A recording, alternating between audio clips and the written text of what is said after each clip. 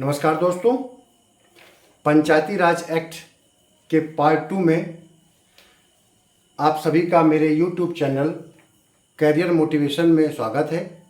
यह channel competitive exam के दृष्टिकोण से बनाया गया है और यह आपके लिए निःशुल्क चैनल है। आप इस चैनल का विभिन्न प्रतियोगी परीक्षाओं के लिए उपयोग कर सकते हैं और फैक्चुअल क्वेश्चंस सीधे परीक्षा में पूछे जाने वाले उत्तरों के साथ विश्लेषण के साथ ये वीडियो बना रहा हूँ। जो भी टॉपिक बनाऊँगा उस टॉपिक से संबंधित संभवतः अधिक अगर आपका कॉन्सेप्ट क्लियर होगा कि आप सभी प्रश्नों के उत्तर आसानी से सॉल्व कर लेंगे। और इसके सेकंड पार्ट को फिर मैं ले रहा हूँ पंचायती राज में, क्योंकि पहले पार्ट में कुछ फैक्ट छूट गए थे तो उसका उल्लेख मैं अपने सेकंड पार्ट में कर रहा हूँ। आप इसके बारे में पहले मैं थोड़ा सा बैकग्राउंड दे दूं कि देखिए, पंचायती राज एक्ट जो 1992 में 73वें संविधान संशोधन के द्वारा बनाया गया, इसका अनुच्छेद 243 में उसका उल्लेख किया गया। इस 243 243 में 16 अनुच्छेद हैं, 16 आर्टिकल्स हैं, जो कि 243 से 243 ओ तक चलता है। ठीक है, ओ के आगे नगरीय निकायों के बारे में है, वो मैं अगले वीडियो में डिस्कशन करूंगा। तो पंचायती राज के बारे में आर्टिकल 243 से 243 ओ तक है। कई बार ऑब्जेक्टिव क्वेश्चन पूछा गया है कि पंचायती राज अधिनियम में कहां से कहां तक अनुच्छेद हैं, तो ध्यान रखिएगा 243 से 243 ओ तक है। और इसमें एक 11वीं अनुसूची 11 शेड्यूल जोड़ा गया, जिसमें 29 फंक्शंस बताए गए पंचायत के। उन 29 फंक्शंस जो कि आपके नॉर्मली सभी विभाग काम करते हैं, वो पंचायतों को भी काम करने का अवसर दिया गया, जिसमें भूमि विकास, चकबंदी, लघु सिंचाई, पशुपालन, मछली पालन, सोशल फॉरेस्ट्री, वन उपज, लघु उद्योग, आपका फूड प्रोसेसिंग, ग्रामीण आवास, ईंधन, सड़क, पुलिया, ग्रामीण विद्युतीकरण, आपका अपारंपरिक ऊर्जा, शिक्षा में प्राथमिक और माध्यमिक शिक्षा, ध्यान रहे उस शिक्षा नहीं है, प्राथमिक और माध्यमिक, तकनीकी और व्यावसायिक प्रशिक्षण, प्रौढ़ शिक्षा, पुस्तकालय, सांस्कृतिक क्रियाकलाप, आपका समाज कल्याण, महिला बाल कल्याण, दुर्बल वर्गों का कल्याण, पब्लिक डिस्ट्रीब्यूशन सिस्टम, ये सारे काम 29 कामों में सौंपा गया है। ठीक है, इन कार्यों को पूछ सकता है कि पंचायती राज अधिनियम के किस अनुच्छेद में पंचायतों के कार्य का उल्लंघन है, उल्लेख किया गया है। तो पंचायतों के कार्य का उल्लेख 243G में किया गया है। ठीक है, आप अगर थोड़ा से तैयार करते आएंगे सीरियल से तो आपको समझ में आ जाएगा। 243A में ग्राम सभा के बारे में कहा गया है। ग्राम सभा गांव के एक या एक से अधिक गांव, जहां तक ग्राम पंचायत की सीमा जाती है, उतने गांव को मिलाकर एक ग्राम सभा बनेगी। और जो 18 साल के ऊपर के आयु वर्ग के लोग हैं, नागरिक हैं उस गांव के, और वो मतदाता सूची में उनका नाम है, तो वो उनसे मिलकर ग्राम सभा बनेगी। ठीक है, ग्राम सभा का काम है निर्णय लेना कि ग्राम पंचायत क्या क्या काम करेगी साल में, बजट को पारित करना। तो ये 243A में उल्लेख है। दूसरा है त्रिस्तरीय व्यवस्था। त्रिस्तरीय व्यवस्था आर्टिकल 243B में है, जिसमें कहा गया है त्रिस्तरीय व्यवस्था होगी। ग्राम पंचायत गांव के लेवल पर, पंचायत समिति खंड के लेवल पर, जिला पंचायत जिला के लेवल पर। ये 243B है। और 243C में ये बताया जाएगा कि ये किस प्रकार से काम करेगी, इनका निर्वाचन कैसे होगा। 243 में निर्वाचन की व्यवस्था है।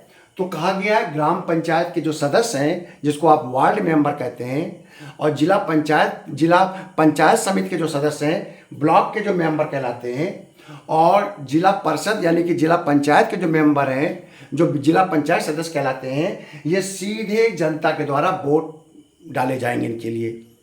और ग्राम प्रधान के लिए वोट डाले जाएंगे, यानी कि 4 तो वोट पड़ते हैं सीधे जनता के द्वारा। और पंचायत समिति के अध्यक्ष और जिला पंचायत के अध्यक्ष का चुनाव जी, इनमें से जो जनता के द्वारा निर्वाचित होकर आते हैं, ये सदस्य वोट डालते हैं पंचायत समिति के सदस्य अध्यक्ष को और जिला पंचायत के अध्यक्ष को। जिला पंचायत के अध्यक्ष का जब चुनाव होता है तो जिला पंचायत के जितने भी सदस्य होते हैं उस पूरे जिले में वो जिले के सदस्य वोट डालते हैं, सारे के सारे जिला पंचायत समिति अध्यक्ष का वोट डालते हैं, यानी कि ब्लॉक प्रमुख जो होते हैं। इस प्रकार से आपका निर्वाचन होता है जिला पंचायत अध्यक्ष का, यानी कि जिला पंचायत अध्यक्ष जनता के द्वारा सीधे निर्वाचित नहीं होते हैं बल्कि अप्रत्यक्ष रूप से निर्वाचित होते हैं। ऐसे पंचायत समिति के अध्यक्ष यानी कि ब्लॉक प्रमुख सीधे जनता द्वारा निर्वाचित नहीं होते हैं बल्कि अप्रत्यक्ष रूप से ग्राम प्रधानों के द्वारा, पंचायत समिति के सदस्यों के द्वारा इनका निर्वाचन होता है। ठीक है, तो इनका उल्लेख निर्वाचन की प्रक्रिया बताई गई है आर्टिकल 243C में।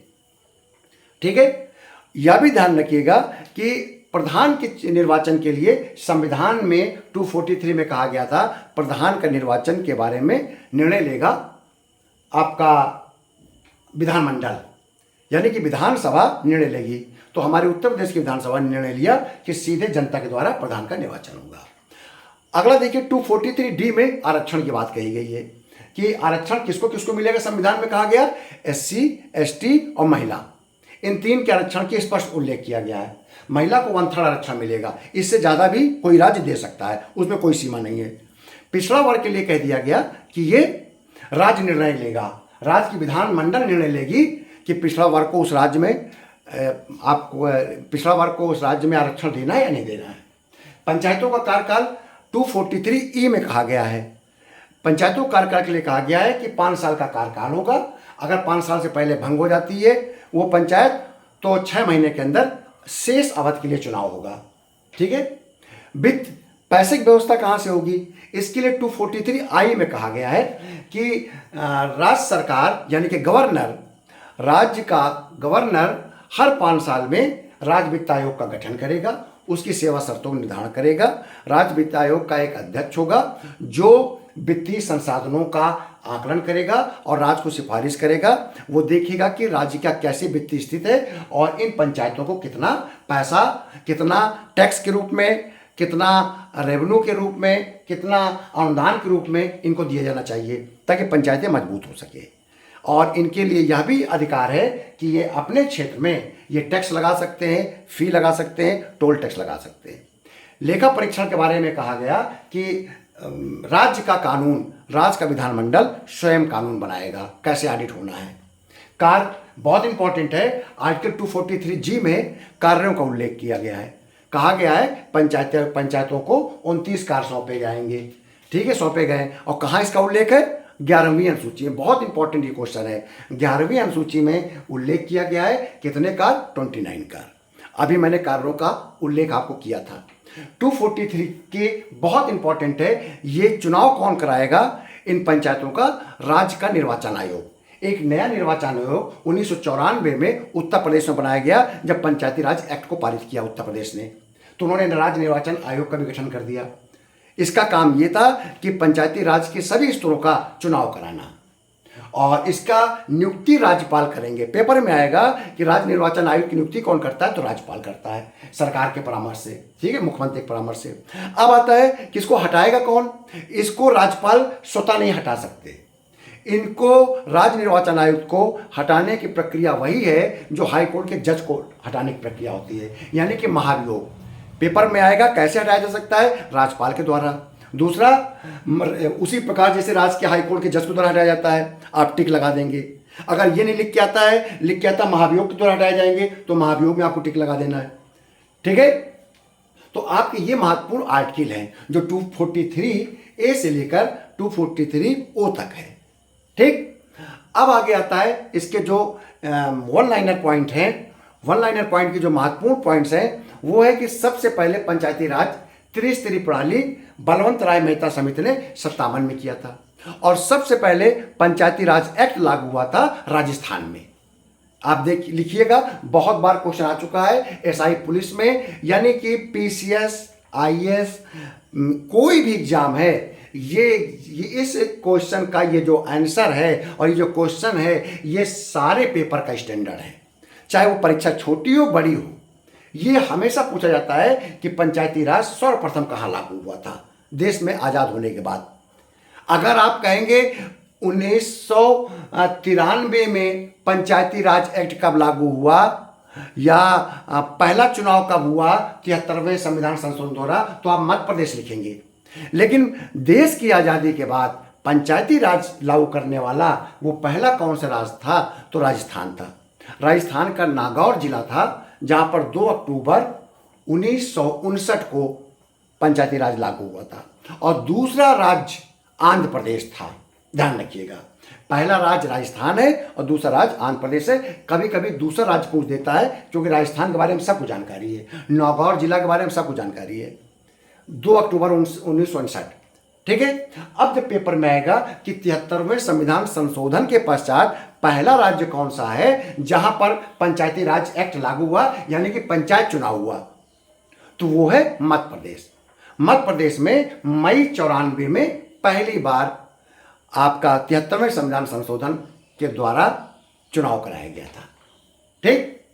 आगे कहां कहां ये लागू नहीं होता है, पेपर में कई बार पूछा गया है कि पंचायती राज एक्ट किन राज्यों में लागू नहीं है, तो ध्यान रहे पंचायती राज एक्ट नागालैंड में लागू नहीं है, मेघालय में लागू नहीं है, और मिजोरम में लागू नहीं है, और मणिपुर के हिल क्षेत्र में लागू नहीं है।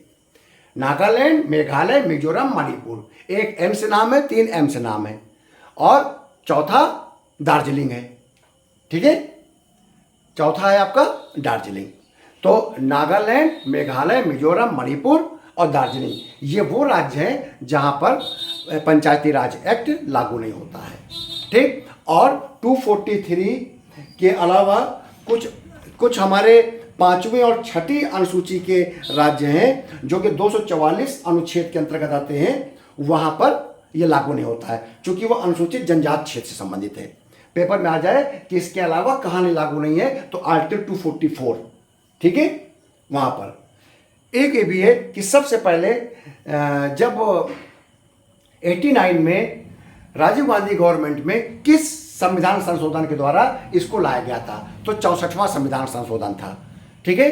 तो ये एक प्रकार की इंपॉर्टेंट फैक्ट है। अगला फैक्ट है कि चलिए 243 में तो कहा गया पंचायती राज के बारे में, क्या इसके अलावा भी पंचायती राज के बारे में कहीं डिस्कशन किया गया है, तो ध्यान रखिए संविधान का जो अनुच्छेद 40 है, नीति निर्देशक तत्व, उसमें गांधीयन ये जो आपका फिलॉसफी है, प्रिंसिपल है कि ग्राम पंचायतों के गठन का उल्लेख, ये अनुच्छेद 40 में है। इसको ध्यान में रखते हुए ही, आपके गांधीयन प्रिंसिपल को ध्यान रखते हुए ही ये संविधान संशोधन विधेयक 73वां संविधान संशोधन विधेयक 1992 लाया गया था, और 24 अप्रैल 93 को इसे लागू किया गया था। इसीलिए 24 अप्रैल 1993 को हम राष्ट्रीय पंचायती राज दिवस के रूप में मनाते हैं। ये आपका पेपर का बहुत महत्वपूर्ण क्वेश्चन है। किसी पेपर में SI, police, TGT, PGT, PCS, किसी पेपर में भी आ सकता है कि आता है राष्ट्रीय पंचायती राज दिवस कब मनाते हैं, तो 24 अप्रैल को मनाते हैं, ठीक है। तो आपके संविधान के अनुच्छेद 40 में नीति निर्देशक तत्व में इसका उल्लेख किया गया है। इसी अनुच्छेद 40 को डिस्क्राइब करते हुए एक संवैधानिक पोजीशन देते हुए 243 लाए हैं।